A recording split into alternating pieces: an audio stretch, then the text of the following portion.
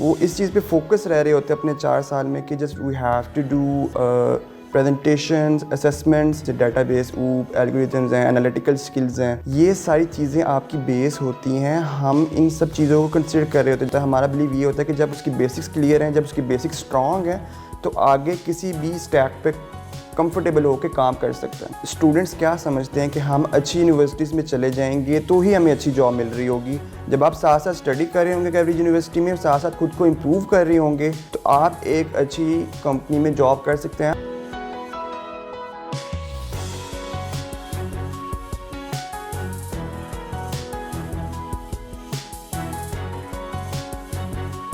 आउज़ बिल्लाहि मिनश शैतानिर्रजीम, बिस्मिल्लाहिर्रहमानिर्रहीम, अल्लाहुम्मा सल्लि व सल्लिम अला सय्यिदिना मुहम्मदिन व आलिहि बिक़द्रि हुस्निहि व जमालिहि व नूरिहि व कमालिहि। अस्सलाम वालेकुम दोस्तों, हसन रज़ा आज एक दफ़ा फिर आपकी खिदमत में हाजिर है। दोस्तों, अब तक की कोऑपरेशन और अब तक की अप्रिसिएशन का बहुत बहुत शुक्रिया। दोस्तों, आज का जो हमारा टॉपिक है वो टॉपिक ये है कि 2022 में हमें कौन सी स्किल्स रिक्वायर्ड हैं जो कि हमें नौकरी दिला सकें, जो कि हमें एक अच्छा ऑनर बना सकें, अच्छा सीईओ बना सकें।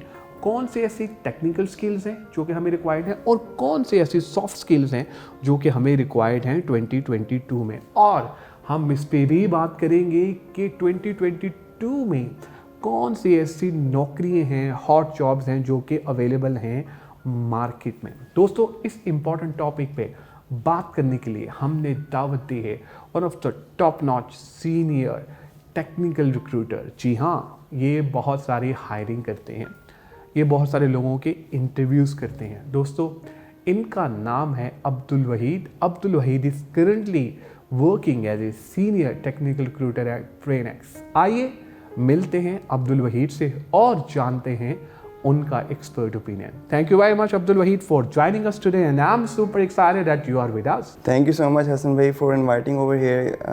कासिम अली शाह फाउंडेशन का मैं बहुत शुक्रिया अदा करना चाहूँगा जिन्होंने मुझे यहाँ पे दावत दी और बुलाया।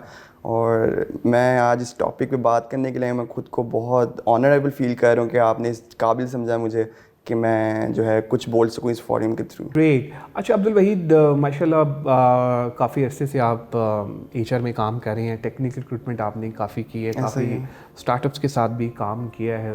तो आप क्या समझते हैं कि 2022 में हमें कौन सी ऐसी जो टेक्निकल स्किल्स हैं वो रिक्वायर्ड हैं? पहले हम टेक्निकल स्किल्स की बात करेंगे कि जो हमारा जो कैंडिडेट है, जो फ्रेश ग्रेजुएट मार्केट में आ रहा है, वो कौन सी स्किल्स पे काम करे कि उसको नौकरी फ़ौरन से मिल जाए। सबसे पहले मैं बात करना चाहूँगा कि फ्रेश ग्रेजुएट्स सोचते क्या हैं। वो ये सोचते हैं जो कि रिसेंटली अभी ग्रेजुएट होने वाले होते हैं या उनका जो 4 साल का टेन्योर होता है, वो इस चीज़ पे फोकस रह रहे होते हैं अपने 4 साल में कि just we have to do presentations, assessments, और हमें जो है जस्ट CGPA बनाना है और हमें सिर्फ आगे जाके क्लोजिंग करनी है। लाइक 4th ईयर के बाद आगे हमें सिर्फ अभी इंटर्नशिप करनी है खुद ही जाके, और फिर आगे जाके जॉब हमें खुद ही मिल जाएगी। इस तरह से बिल्कुल भी नहीं होता है। आपको जो आपके बेसिक्स पढ़ाए जा रहे होते हैं आपकी यूनिवर्सिटीज़ में, जिसमें से डेटाबेस, एल्गोरिथम्स हैं, एनालिटिकल स्किल्स हैं, ये सारी चीज़ें आपकी बेस होती हैं। हम इन सब चीज़ों को कंसिडर कर रहे होते हैं जब 4 ईयर के बाद उनका इंटरव्यू हम कर रहे होते हैं। ये प्राइमरी चीज़ें हैं जो कि प्रायोरिटी पे देखी जा रही होती हैं हर एक कैंडिडेट में कि उनकी कितनी डेवलप्ड हैं और उन्होंने कितना अपना बेसिक स्ट्रॉन्ग किया हुआ है। उसके बाद आ जाती है बात सॉफ्ट स्किल्स पे, उस पर हम अभी बाद में बात करते हैं। बट टेक्निकल स्किल्स कितनी इंपॉर्टेंट है और सॉफ्ट स्किल्स कितनी इंपॉर्टेंट है, और जिसकी हम इंपॉर्टेंस अभी फील तो नहीं कर रहे हैं, बट इन फ्यूचर या इस साल में फील लोगों को होने लगी हुई है और लोगों को पता है कि इस चीज़ को हमें इम्प्रूव करना है।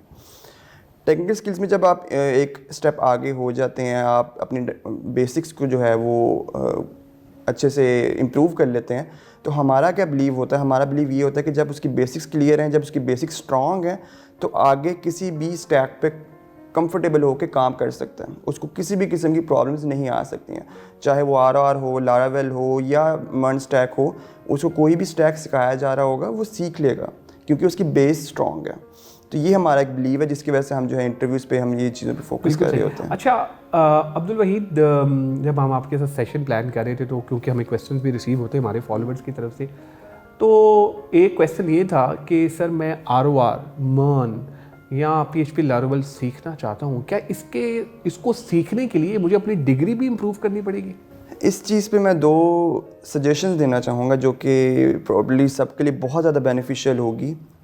हम लोग स्टूडेंट्स क्या समझते हैं कि हम अच्छी यूनिवर्सिटीज़ में चले जाएंगे तो ही हमें अच्छी जॉब मिल रही होगी, तो ही हम एक अच्छी कंपनी में काम कर रहे होंगे। अगर हमारे पास 4-5 पाकिस्तान में अच्छी यूनिवर्सिटीज़ हैं जो कि BScs अच्छा करवा रही हैं, तो हमें सिर्फ वहीं से जो है आगे अच्छा फॉर्म मिल रहा होगा जॉब के लिए। बट मेरे ये सजेशन है, मेरा ये रिकमेंडेशन है कि इस तरह से बिल्कुल भी नहीं है। आप अगर अच्छी यूनिवर्सिटी में जा रहे हैं, बहुत अच्छी बात है, आपको अच्छी जॉब्स मिल सकती हैं, there is no doubt. But अगर आप एक एवरेज यूनिवर्सिटी में जा रहे हैं, देयर इज़ नो डाउट कि एक अच्छी यूनिवर्सिटी एक एवरेज यूनिवर्सिटी में डिफरेंस ज़रूर है हमारे पाकिस्तान में। लेकिन अगर आप एक एवरेज यूनिवर्सिटी में जा रहे हैं, उसके बाद आप अपनी स्टडीज़ के साथ साथ कंटिन्यू रखते हुए आप अपने यूट्यूब से कुछ चीज़ें सीख सकते हैं, गूगल से कुछ चीज़ें सर्च करके उनको ब्लॉग्स पढ़ सकते हैं और ख़ुद को इम्प्रूव कर सकते हैं, जो कि एक अच्छी यूनिवर्सिटी में चीज़ें हो रही होंगी ऑलरेडी। जब आप साथ साथ स्टडी कर रहे होंगे एवरेज यूनिवर्सिटी में, साथ साथ खुद को इम्प्रूव कर रहे होंगे और अपने समर वेकेशन में या कुछ और जगहों पे जहाँ पे फ्री टाइम आपको मिलता है, आप साथ साथ इंटर्नशिप्स कर रहे होंगे, तो आप एक अच्छी कंपनी में जॉब कर सकते हैं आफ्टर योर ग्रेजुएशन। जब आप समझ रहे होंगे कि एक अच्छा यूनिवर्सिटी वाला एक अच्छी कंपनी में जॉब कर रहा है, तो आप भी उसको वहाँ पे खुद को स्टैंड कर रहे होगे कि आप भी जो है एक अच्छी कंपनी में जॉब कर रहे होगे। तो ये काफ़ी अच्छी सजेशन मैंने जो है रिकमेंड भी की है अपने दोस्तों को और सबको। अच्छा अब्दुल वहीद, एक और बड़ा इंपॉर्टेंट कंट्रोवर्शियल क्वेश्चन है I need to ask from you, and that is कि जी अक्सर ये कहा जाता है कि जी कि जब हायरिंग की जाती है तो 3-4 स्पेसिफिक यूनिवर्सिटीज़ जो हैं वो ही टेक्निकली वहाँ से लोग उठाए जाते हैं। भाई ऐसा क्यों है? बाकी यूनिवर्सिटीज़ का क्या कसूर है? मैं वही इसी पॉइंट पे अभी जो मैं पीछे बात की उसी को इससे मैं लिंक कर रहा हूँ कि हम ऑफ कोर्स जो हमारे टेक हाउसेज हैं वो एक कुछ यूनिवर्सिटीज़ जहाँ से स्टूडेंट्स को उठा रहे होते हैं या जहाँ से उनको हायरिंग कर रहे होते हैं वहाँ से। लेकिन हम क्या कर रहे होते हैं, हम ये कर रहे होते हैं कि जो एवरेज यूनिवर्सिटीज़ हैं उनमें हम देख रहे होते हैं कि उन्होंने इंटर्नशिप्स की हुई हैं, उन्होंने अपनी रिज्यूमे में सर्टिफिकेशंस को मेंशन की हुई हैं, उन्होंने कोई ऑनलाइन ब्लॉग्स के लिए इनका इंटरेस्ट है जो पढ़ते हैं वो लोग, क्या वो इतने उन्होंने इनका ये पैशन है कि वो आगे जो है एक अच्छी कंपनी में जो है जॉब करना चाहते हैं।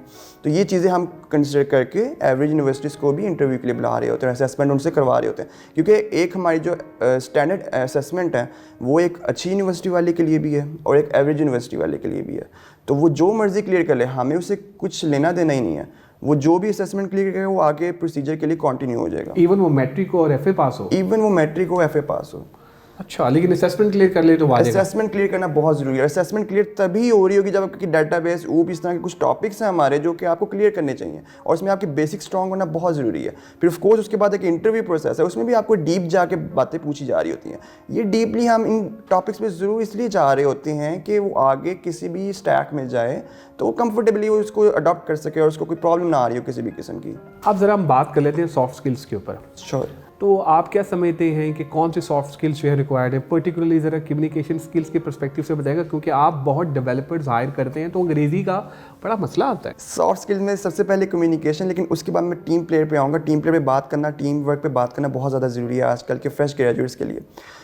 फर्स्ट जो मैं कम्युनिकेशन स्किल्स पे बात करूँगा वो इतनी इस हद तक इम्पॉर्टेंट होगी ये हमारे कल्चर में या हमारे पाकिस्तान में, बिकॉज के हमारे पास जो सारे क्लाइंट्स हैं वो इंटरनेशनली हैं and in some period of time you have to talk with clients और वो कम्युनिकेशन लैंग्वेज सिर्फ इंग्लिश है, तो आपको इंग्लिश में ही कम्युनिकेट करना। तो सॉफ्ट स्किल्स में कम्युनिकेशन इज़ अ प्राइमरी, वो आपकी फ़र्स्ट प्रायोरिटी होनी चाहिए कि आप अपने टेक स्किल्स तो डेवलप कर रहे हैं लेकिन साहब आप कम्युनिकेशन भी डेवलप कर रहे हो। Of course there is no doubt कि अच्छी यूनिवर्सिटी जो हैं पाकिस्तान में जो बड़ी जायंट्स यूनिवर्सिटी हैं वो आपकी सॉफ्ट स्किल्स डेवलप कर रही होती हैं, बट एवरेज यूनिवर्सिटीज़ में चीज़ें नहीं होती हैं। So you have to watch YouTube videos, आपको अपनी ग्रामर अपने कम्युनिकेशन को डेवलप करना है अपने पैशन से। अच्छा, उसमें एक यूडेमी है जिसमें आप सॉफ्ट स्किल्स के लिए, कम्युनिकेशन के लिए वहाँ पे सर्टिफिकेशंस ले सकते हैं। वहाँ पे डिफरेंट टाइप को मिलते हैं, आपको जिस तरह का लगता है कि आपको इस चीज़ की ज़रूरत है तो आप वहाँ से परचेज़ करके उसको लर्न कर सकते हैं और आपके अंदर बहुत इंप्रूवमेंट आ रही होगी उसके बाद। तो you have to think about it कि आपके अंदर क्या वीक पॉइंट है कम्युनिकेशन को लेकर और आपको उसको डेवलप करना है और इसको इम्प्रूव करना है। सेकंड पे जो मैं आऊँगा वो आऊँगा टीम प्लेयर पे कि टीम वर्क आपको किस तरह से करना चाहिए और किस तरह से करना है, क्योंकि टीम वर्क या टीम प्लेयर बने बगैर गुजारा ऑफ कोर्स बहुत मुश्किल हो जाता है आगे जाके। फ्रेश ग्रेजुएट की साइकी क्या होती है, सोच क्या होती है कि जी मैं एक अच्छी यूनिवर्सिटी से आया हूँ तो मैं खुद को बहुत अच्छा मैं डेवलप समझता हूँ, मुझे किसी बंदे या किसी रिसोर्स या किसी सीनियर डेवलपर की किसी और रिसोर्स की ज़रूरत नहीं है कि मुझे वो ट्रेन करे, मैं ऑलरेडी ट्रेंड हूँ और मैं आगे जाके चीज़ें कंटिन्यू कर सकता हूँ। बट इस तरह से बिल्कुल भी नहीं है, इस सोच को बदलना है हमें, इस एटीट्यूड को बदलना है हमें। एक छोटी सी एग्जांपल दूंगा, whenever you drive a boat तो आप एक गोल पे बिल्कुल भी नहीं पहुंच पाते हैं और आपके साथ सिर्फ 2 से 3 लोग या आप अकेले होते हैं उस बोट में, तो वो एक डायरेक्शन आपकी बन नहीं पाती है, आप उसमें अकेले ही जा रहे होते हैं और रैंडमली गोल पे आप अचीवमेंट लाइक आप एक डायरेक्शन में नहीं जा रहे होते बिल्कुल भी उस चीज़ को लेके। लेकिन whenever you will drive a ship या whenever you will sit on a ship, तो आपके पास जो है मल्टीपल लोग होते हैं जिनसे आप बात करते हैं, जिनसे आप हेल्प ले सकते हैं, जिनसे आप स्ट्रेटेजी शेयर कर सकते हैं, जिनसे आप कोलैबोरेट कर सकते हैं, वो आपको एक अच्छी सजेशंस दे सकते हैं, वो आपके एक मेंटोर बन सकते हैं और आपको एक अच्छा कैरियर पाथ बता सकते हैं और एक डायरेक्शन में जाके गोल अचीव कर सकते हैं सब मिलके। तो वो एक बहुत ज़्यादा इंपॉर्टेंट पॉइंट है कि आप अपने एटीट्यूड को इस तरह से रखें कि आप जो है अपने दूसरे लोगों के साथ भी जुड़ के रहें ताकि आपको सीखने का मौका मिले। सीखना हमेशा इंसान ने उसी वक्त होता है जब उनको इसके सीनियर्स जो है सिखा रहे हों। और एक और इम्पॉर्टेंट चीज़ है कि जब आप सीख लें चीज़ों को, जब आपके पास एक्सपीरियंस आ जाए, so don't ever think about it कि आपने अब आगे लोगों को नहीं सिखाना, आगे लोगों को सिखाएं और जिस तरह आपको लोगों ने सिखाया और आप भी इस तरह से आगे को लोगों को जो है वो सिखा रहे हों। Great, wonderful. Abdul Wahid, thank you very much for your time. You're an amazing speaker and I really enjoyed the whole discussion. Thank you so much, Hassan bhai. I really enjoyed with you. और बाकी I was super excited for this interview actually. Great. Acha, Abdul Wahid, any final word about Qasim Ali Shah Foundation? Please go ahead. Qasim Ali Shah foundation, I already admire Qasim Ali Shah because कि मैं उनकी काफ़ी motivational speeches सुनता रहता हूँ और मेरा कभी ये ख्वाब था कि मैं कासिम अली शाह से मिल सकूँ और वो मैं कुछ बार मिल चुका हूँ उनसे पिछले कुछ इवेंट्स पे। और मेरे लिए बहुत ऑनर की बात है कि मैं यहाँ पे इस फोरम पे आके जो है वो बात कर रहा हूँ कासिम अली शाह की तरफ से। और मैं खुद को इतना तो नहीं समझता लेकिन स्टिल अगर मुझे कासिम अली शाह फाउंडेशन ने इस काबिल समझा है तो मैं बहुत शुक्रगुजार हूँ उनका। बहुत शुक्रिया आप लोगों का, भी बहुत शुक्रिया आज के एपिसोड देखने का। आज हमारे साथ थे अब्दुल वहीद जो कि सीनियर टेक्निकल रिक्रूटर हैं ब्रेनएक्स में। दोस्तों, इन्होंने हमें बताया कि 2022 में कौन सी स्किल्स रिक्वायर्ड है, कौन सी टेक्निकल स्किल्स चाहिए और कौन सी सॉफ्ट स्किल्स चाहिए। इसके साथ साथ इन्होंने हमें ये भी बताया कि फ्रेश ग्रेजुएट को अपने ऊपर काम करने की ज़रूरत है और वो काम जो है वो कॉन्टीन्यूस बेसिस पे करना है। आपने कंसिस्टेंट रहना है क्योंकि ये मार्केट जो है ना वो बड़ी कंपैटिटिव है और बहुत सारी यूनिवर्सिटीज़ हैं जिनका कंपटीशन आपकी यूनिवर्सिटी के साथ है। अपने आप को अपग्रेड रखेंगे तो आप इस कंपटीशन का मुकाबला कर सकेंगे।